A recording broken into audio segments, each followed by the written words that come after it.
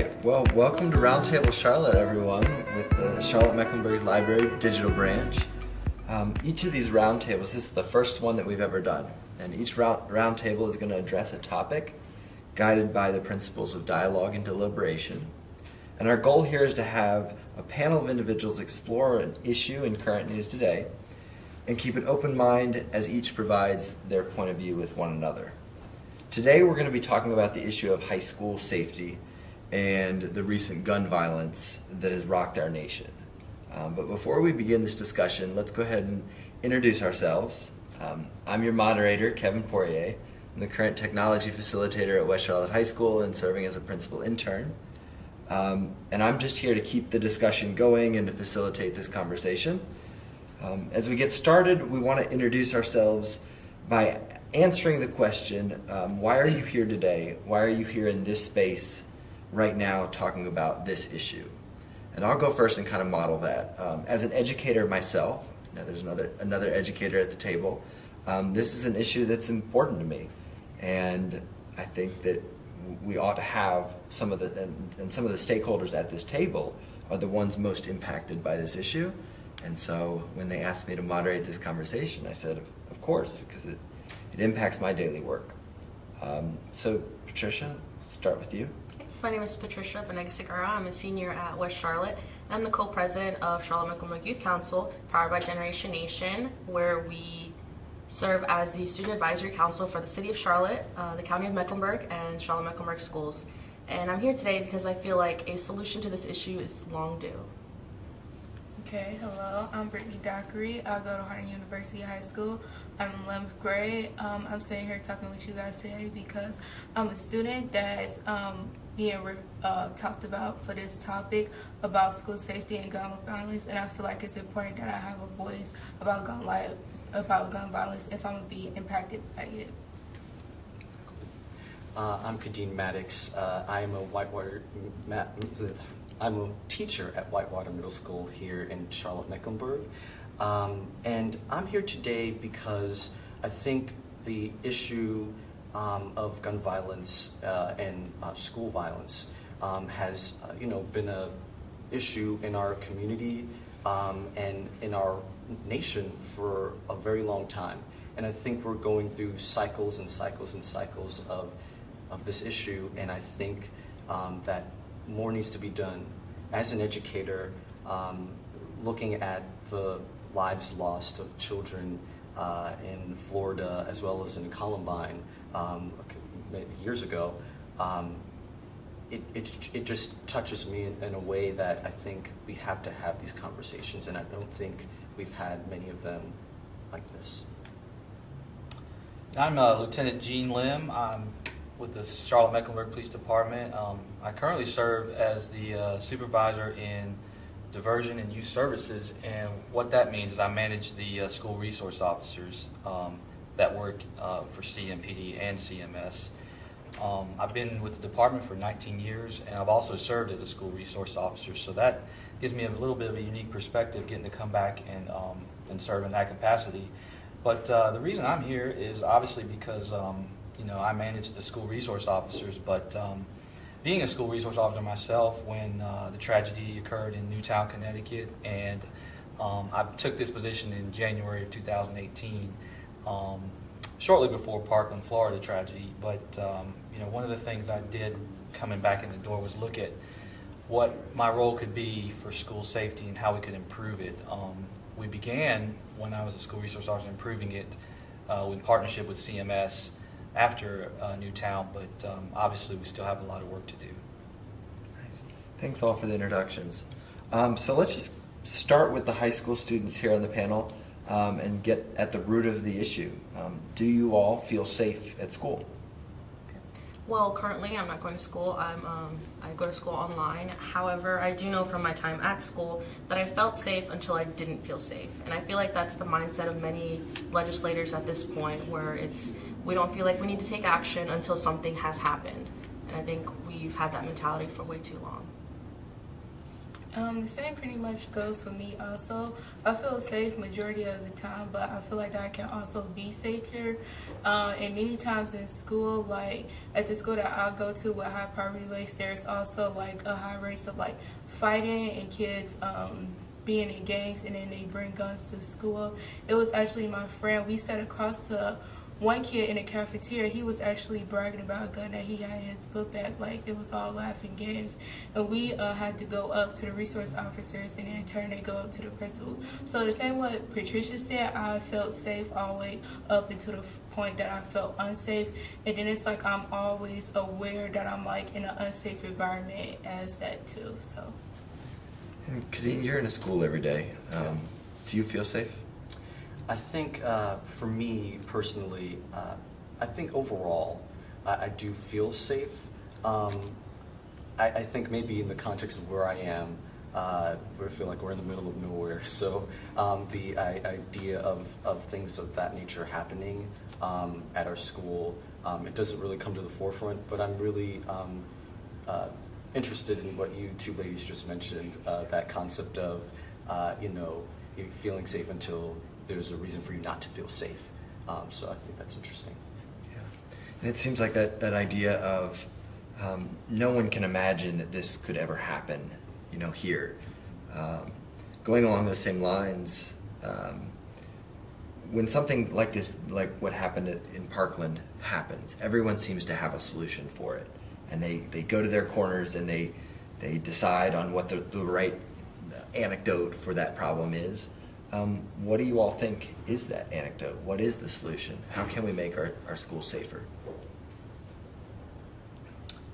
Well, if I can start that, so obviously one of the things that I think we can do obviously is have these conversations.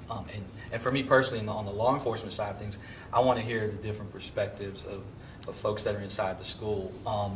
For me, and this was before Parkland, one of the things I thought of was, because you have some major stakeholders in addition to the teachers, staff, and students at the school. You have the law enforcement SRO there, but you also have the patrol officers that patrol the neighborhoods in the division that don't always make it to the school every day.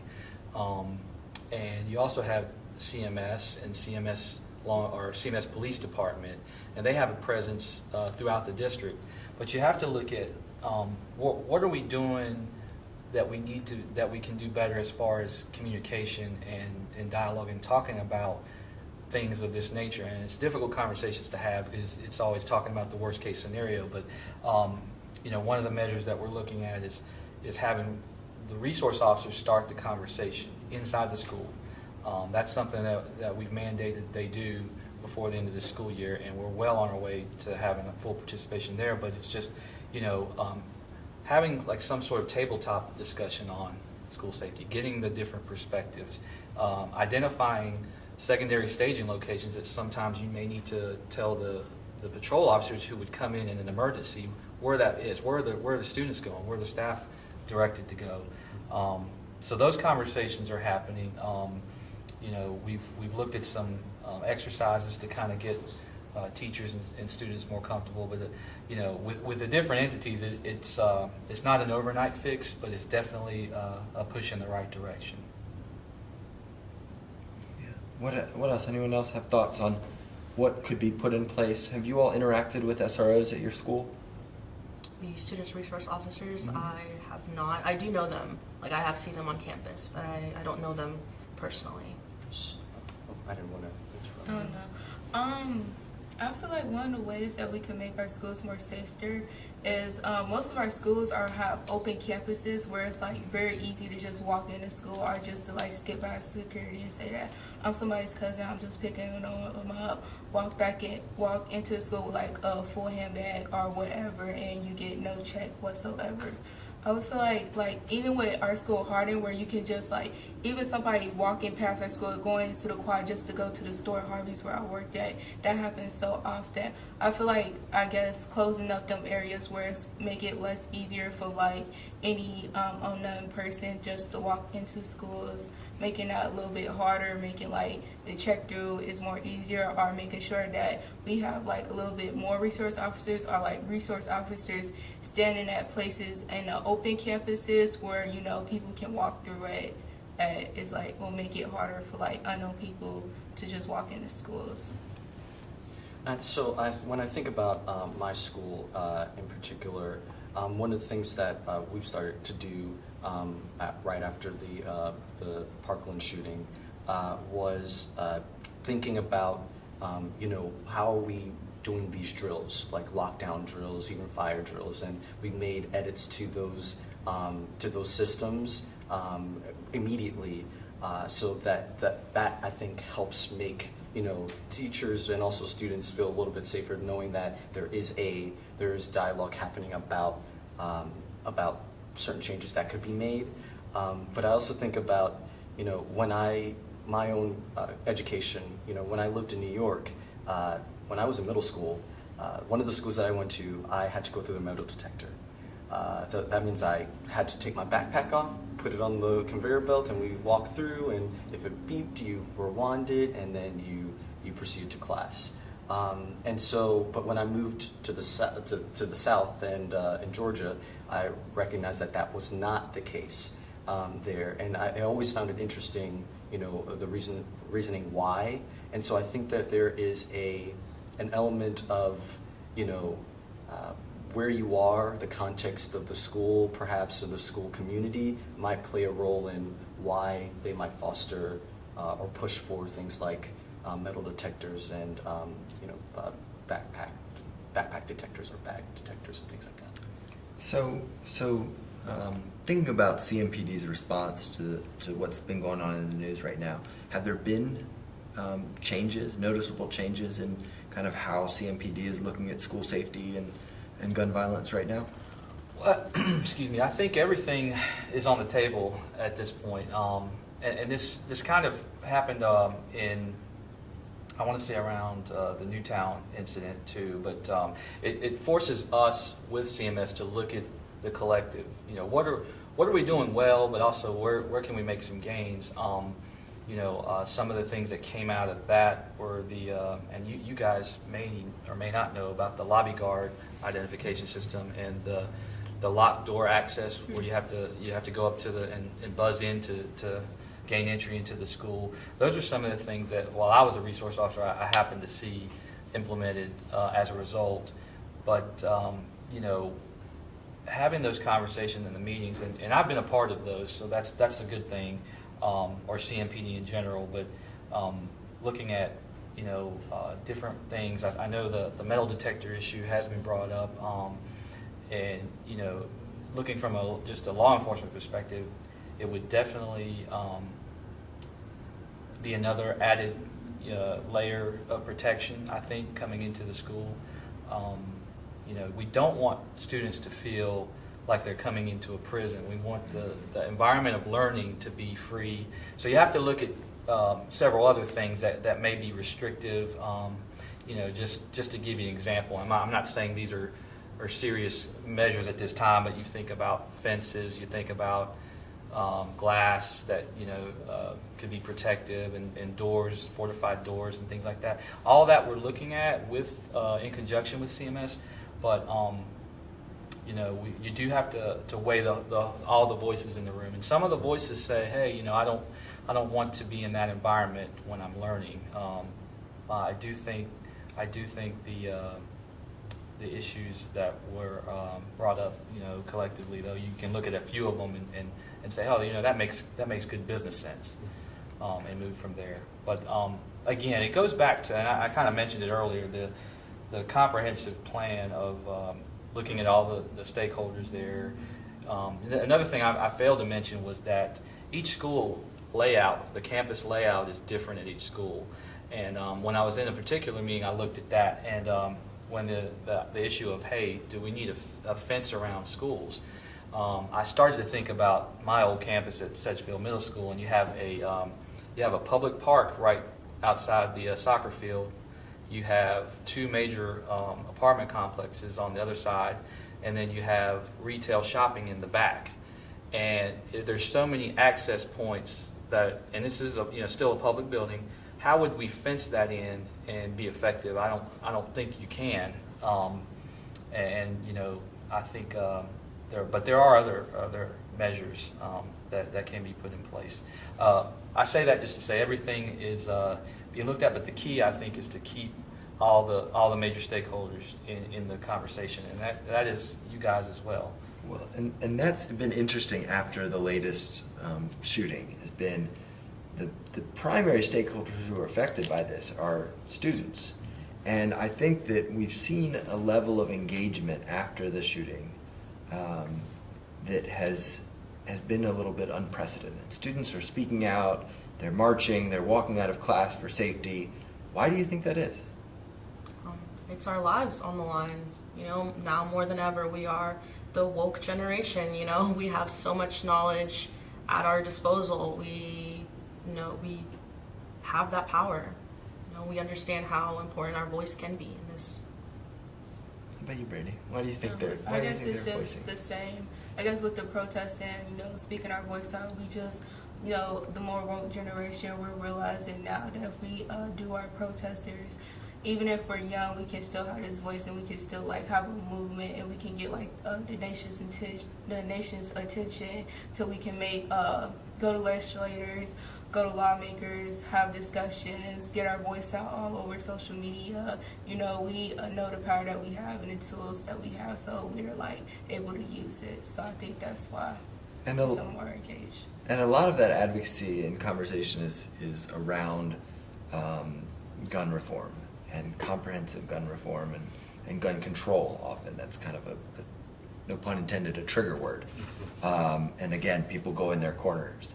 And this is a question for anyone, how do you feel about the conversation around gun control? Is this a school safety conversation, or is at the root of this, we need more gun control, we need less guns? What do you all think?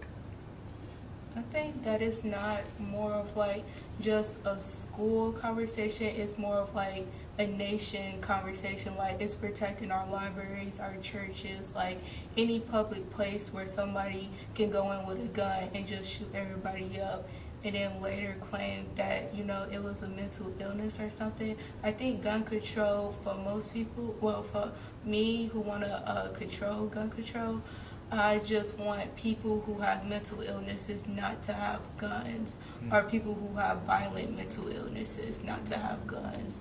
That's just, I guess, my point. And I guess a lot of people are scared of the topic of gun control because they feel like gun control means that we're going to take guns away from normal people. I'm not going to be allowed to go hunting.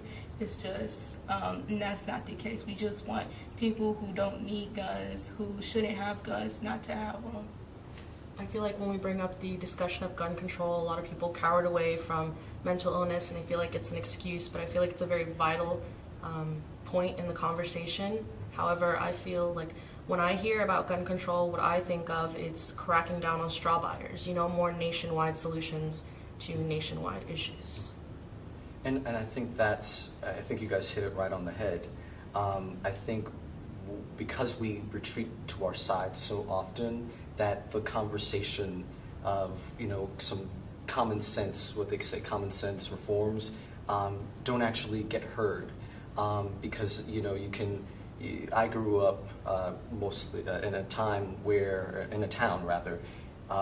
hunting was a big thing, and who am I to tell my friend, hey, no, you shouldn't do that.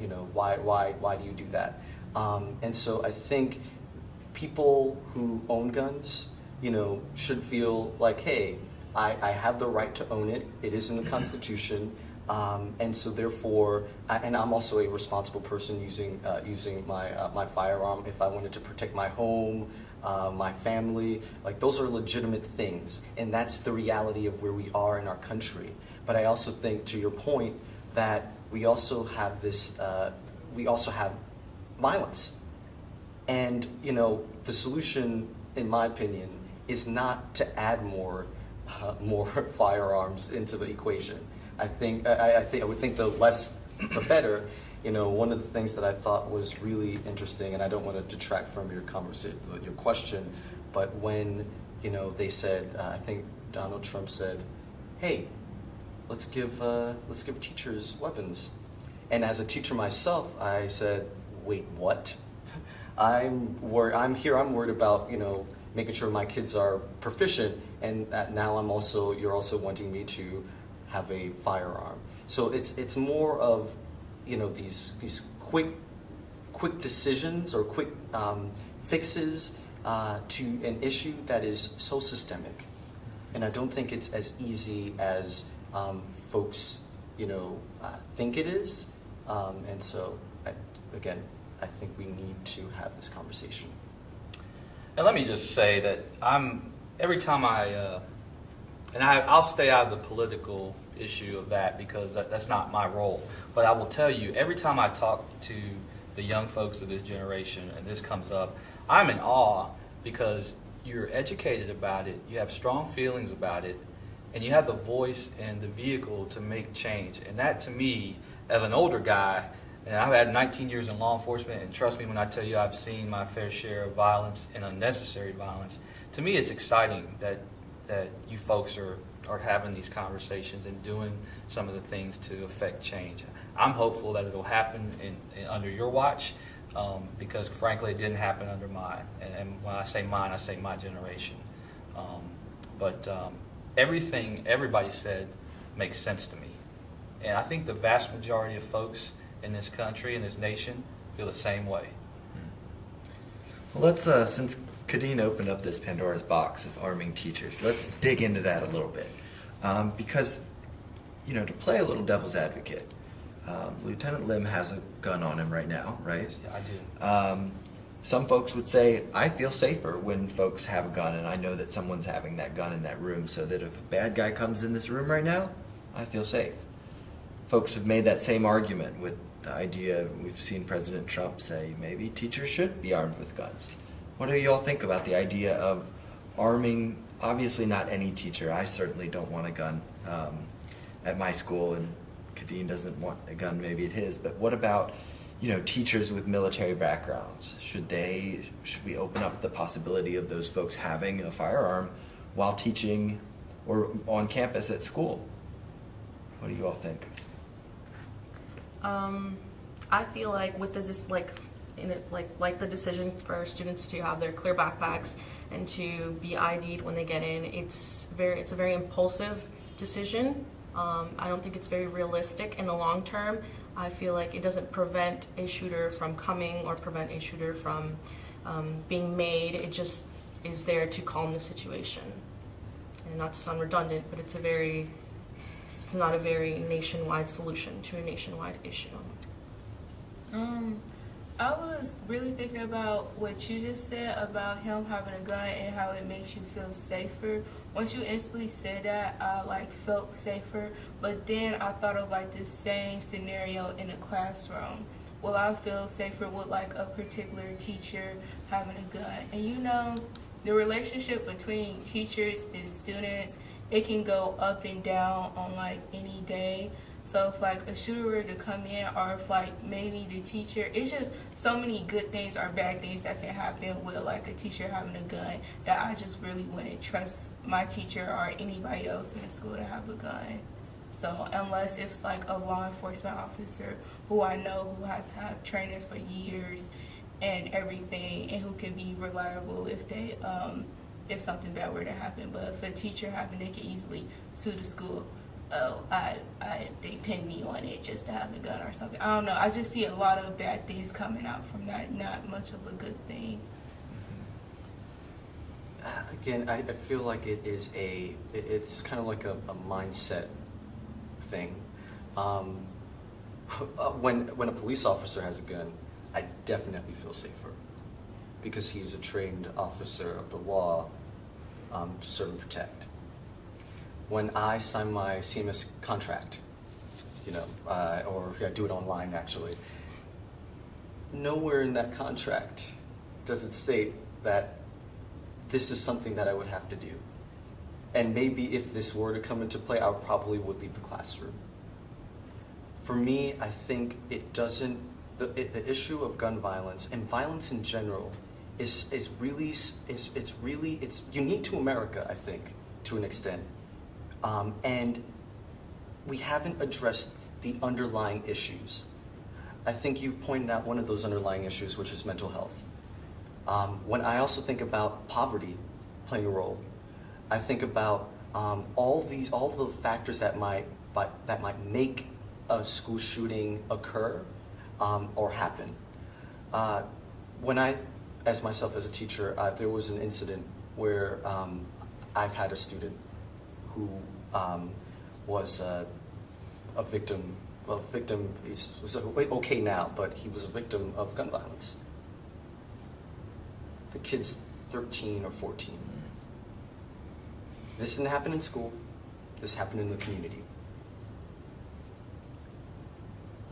I couldn't save him. I'm his teacher. If I were to have a gun, I couldn't save him. I was all the way across town. The issue of putting more guns or more all this stuff doesn't get to the heart of the matter.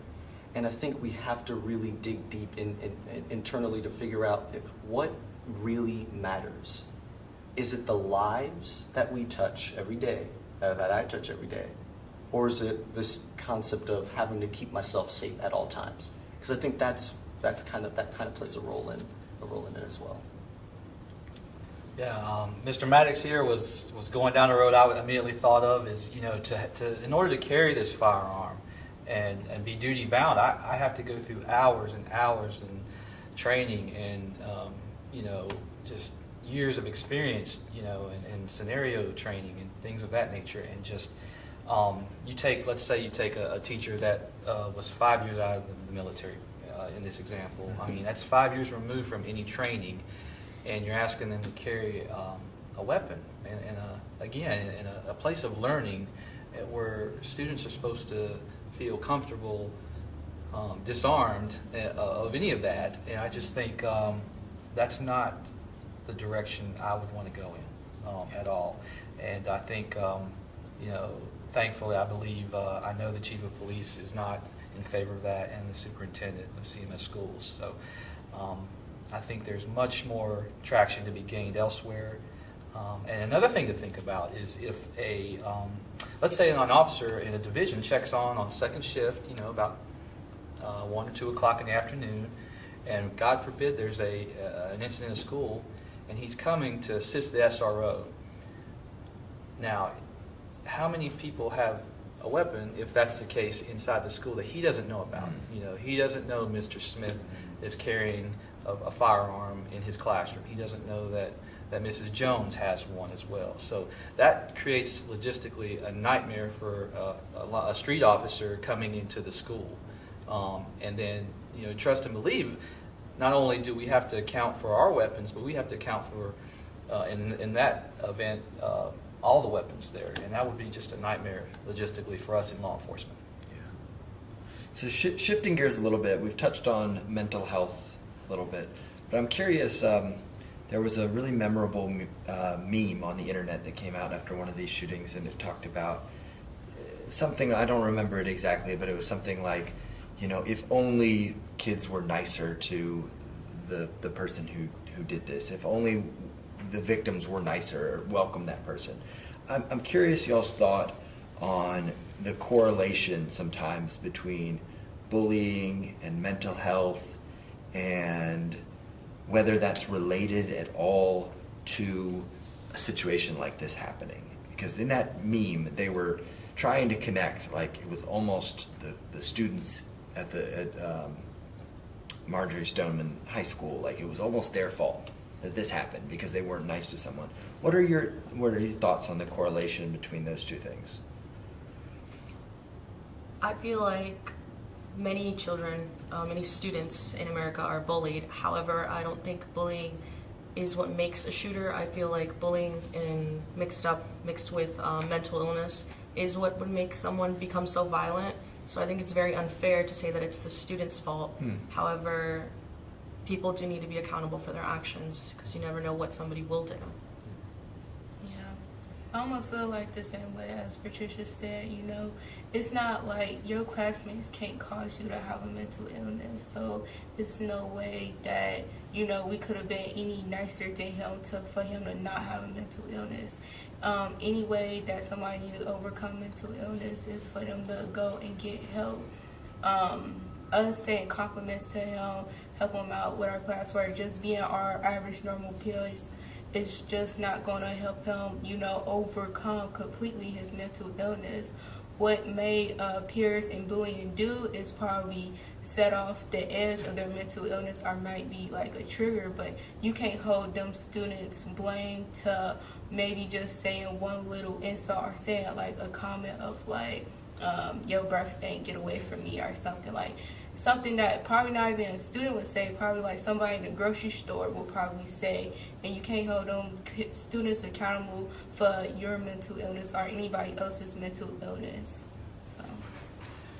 I think that what that meme misses is the point that it's about their access to the weapon. I think that's more of what should be thought about, more so than kids. I mean, I teach. Kids they can be mean. And yes, there are kids that do suffer from mental illness. But I think that the idea that you could, and this is why the internet is can be a really good place or a really bad place. The fact that someone would actually think that it's sad, you know? But I do think for instances where, you know, this person had access to it, how and why? Why was he not flagged? These are the questions that I think should be answered rather than trying to find some way of where should we direct some blame. No matter, you have the ability to speak. You have the ability to say what you want. There are consequences depending on where you are. It's the First Amendment, right? But you don't take a life, or you shouldn't take a life. And I think that's somewhere in there. I feel like that was missed. Yeah, I don't have too much to add. You guys were all over it. I think the issues get kind of clouded when something like that goes out, and there is a bit of a blame game going on. So I definitely think you have to step back and take a look at the whole picture. Do we have a gun issue in this country? Absolutely. Do we have a mental health crisis? Absolutely. Do we have a bullying issue? That's been around probably for a while. I can remember. I'm a little older now, but I can remember that happening when I was your guys' age. So, but you have to look at all those things and what happened collectively to get to that point. And yeah, I think well said. Well said. Yeah, the phrase victim blaming came to mind as you were discussing kind of what that was about, and it seemed a little bit of victim blaming. Yeah, Lieutenant Lim, you just talked about kind of lots of different things that perhaps we could do in terms of the areas. We've talked a little bit about how students are becoming really civically involved and getting engaged. So this is a kind of a three-part question. One, are you all able to vote right now? Two, if so, what are you most looking forward to getting involved civically and getting involved in voting, and where do you see yourself going from here in staying involved? Okay, well, yes, I recently turned 18. As soon as I turned 18, I voted for mayor because it does start locally, you know. Where do I want to go from this? From here, I would like to, since I did grow up in CMS, since I was a student, I feel like there is no better voice for students than someone who was a student. You know, I went through what they went through. I know it like they do. I'm 16. I'm not able to vote right now, but when I do become able to vote, I want to just vote on policies and lawmakers just to reflect the same issues that I'm being currently talked about right now, and hopefully that these issues get solved before the term before I turn 18 years old, like 2 years. But if they haven't, I'll just have to vote for issues to be solved. Nice. And how about you all? Are you all civically engaged, and if so, how? And you know, you're not students, but what role do you see yourself in this movement to reduce gun violence in whatever way that may be? Yeah, for sure. My lines are a little more clearly defined, so the answer to that would be yes, but when I'm here performing my role in this capacity, I have to step away from the political issues and take my cues from the public, because that's, at the end of the day, that's what I am. I'm a public servant. So, you know, I have to kind of toe the middle line and kind of, you know, go with what society, where we're going with society as a whole. So, but, you know, personally, yes, you know, and most law enforcement officers, especially here at CMPD, you know, they're very cognizant of the issues and stuff, and we get definitely a different view. We get a more, I guess, I don't want to say insider view, but you get a different perspective when you do this job, and you do it for, you know, 25 to 30 years. And you get older in the process, so your perspectives change, and you learn to just listen more. You know, what you think is hard and fast, right and wrong. It's not always black and white, and I think that's the big takeaway for me. So I think I've gotten more involved over the last couple of years.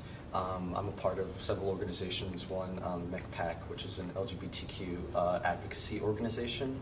So I've been a part of a lot of the campaigns throughout 2016 and also 2017 and now 2018. And so I think having your ear to the community is key. Understanding that local politics plays more of a role in your lives than what our president says on the television does is key. I think the changes that we want to see will require you guys to continue to do what you do. I've always been a fan of politics, but that's because I was a fan of politics. But I think for you, it is about the groundwork, the power that you feel inside of you, that wells up when you say that passion for change. Like that's what's needed. I think we have so many young folks running for office these days that it's inspiring. And you know, I think that's what we need. And the more young people we have running for office, the more fresh ideas that we have from our candidates, and the more conciliatory I think we become, I think that will move us forward in terms of the conversations and the issues that you know that plague us right now. I think we've gone in circles and circles and circles on so many issues, but I think at a point in time, there'll be a moment where we won't have to worry about these things, because if I don't believe that, then why even believe in politics? Why even be bothered by being an advocate? You have to really believe in your heart of hearts that change can happen, and so keep up the good work, ladies. Yeah, I think it was great that she said, and it resonated with me, that when she was able to vote, she understood that the local races matter, and that's so big, because I mean, it's that was so true, and as you get older, you'll find out, you know, even more. So, you know, to do that research to know who your local candidates are, because that's where the change happens at the ground. It's not always about the presidency or the the governorship or whatever. So that's awesome. I think that's great. I don't think I could have named the mayor of where I was living when I was either of y'all's age. So, touche there. Yeah. So on this issue of gun safety and school safety, and thinking about local politics and local issues, what's on the horizon? And this is a question for everyone to kind of conclude our conversation. You know, where do you see this going here in Charlotte Mecklenburg? You know, forget bump stocks and gun control at like that national level, but how do we as a Charlotte Mecklenburg community make sure that our students are safe when they go to school, parents know their kids are safe? What do you think's on the horizon for this, for solutions for this issue in Mecklenburg County? I would actually like Superintendent Wilcox to rethink his decision on the shooter drills, because I feel like not only teachers will benefit from it, but also students, because it's not something that just happens in schools, and I think we've made that very clear at this discussion today. It's things that can happen any day out in your life, at the mall, at a concert, it can happen anytime. I would also like for the school board to look into assigning more school psychologists to schools and making them more available to the students. I was actually reading, I think in the Charlotte Observer, I think 2 days ago, a couple of days ago, that there were actually being plans. I guess the superintendent was actually planning, he was planning on the psychologist, he was planning on putting around, I think, $9 million into the schools. I guess the budget is being renewed or something like that. And he's asking for $9 million to make fences, more resource officers, more, I think, psychologists in elementary schools though, or high schools. I forget which one when I was reading over the article. But, with all these budget requests, he's going to probably get like a little bit of what he's asking for, or like probably a little bit less. But, if this does go through, if he's able to succeed with getting his plans met, I think that our schools will become more safer. And with the new psychologists and everybody becoming more aware of mental illnesses, people with mental illnesses that have guns will become aware, like, you know what, maybe I should put this down. I don't want to hurt anybody. Let me get help or something. So I think it's important that we continue to have discussions and, things like this continue to be implemented in our schools, because that's where a lot of this come from. Everybody go to school. Mostly everybody go to public schools. So if you raise issues in public schools, then, it's going to go out into, everywhere. Yeah. The more I think about the issue, I think about, the saying that there's a magic bullet, no pun intended. I think that there is just doing one thing is not going to necessarily change everything right off the bat, but I think incrementally, it will.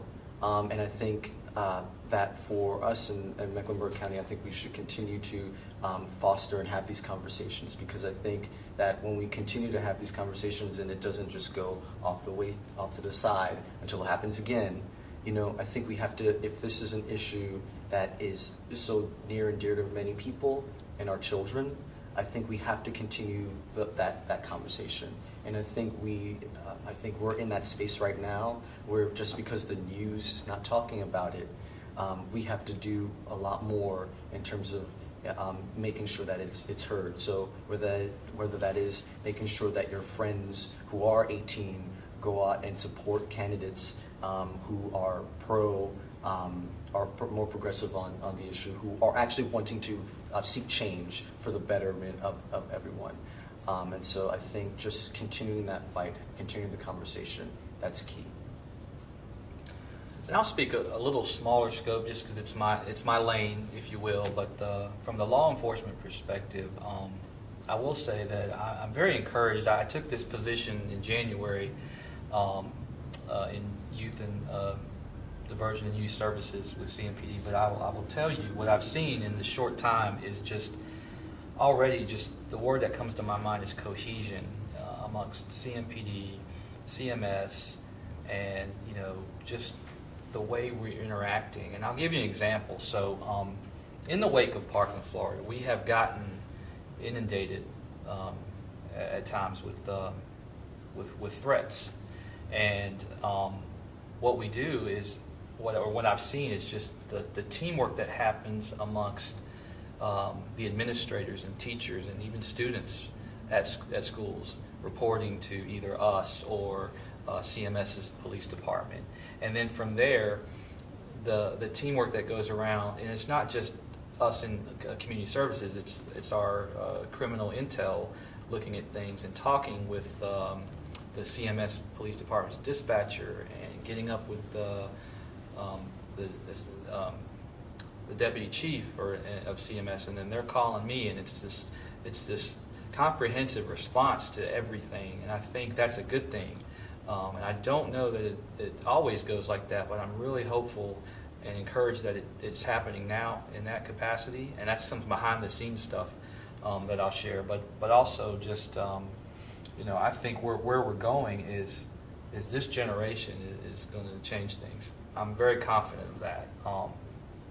They're already, when I look at you guys, I see you're so much more advanced than I was, Kevin, and probably Mr. MADDIX too. But we're yeah, exactly. It's very obvious to me that you guys are socially aware.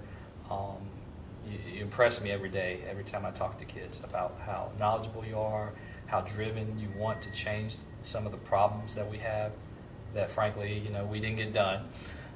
So I'm hopeful for that, and I can see, maybe I'm in my rocking chair when it happens, but I think you guys and girls will be the change agents, and I'm excited to know that. Yeah, you definitely hit on a good point. It seems like there's a level of awareness and advocacy that this generation is displaying that even Absolutely. my generation didn't. Folks are way more involved, and it's almost like local issues and things that matter are a little bit cool, and I'm hopeful that coolness doesn't ever wear off, and that it's great to be a part of Generation Nation and be a leader in the community and know the mayor and know all the. And Patricia, we were just talking about the city council podcast. Like, who knows that at 18? I love that. All right. So that really concludes our gun safety conversation today. First of all, thank you all for being here and participating in this important conversation. I think we had a really great group of stakeholders who have really important positions and opinions on this, because we're all at that table in some way, shape, or form when it comes to school safety. We'd also like to thank the Queen School of Communication, who has provided the cameras here, as well as Digital Charlotte, for their work in recording and producing our video series. We appreciate the staffs and students that are working hard to produce that digital content for Charlotte Mecklenburg Library's digital branch. And this isn't the end of this conversation or this roundtable series. We'll continue creating roundtables, and hopefully, I know I'll be checking in, and I'm sure you all will as well, for the next community conversation around an issue that matters to us in Charlotte Mecklenburg. Thanks, y'all. Thank you.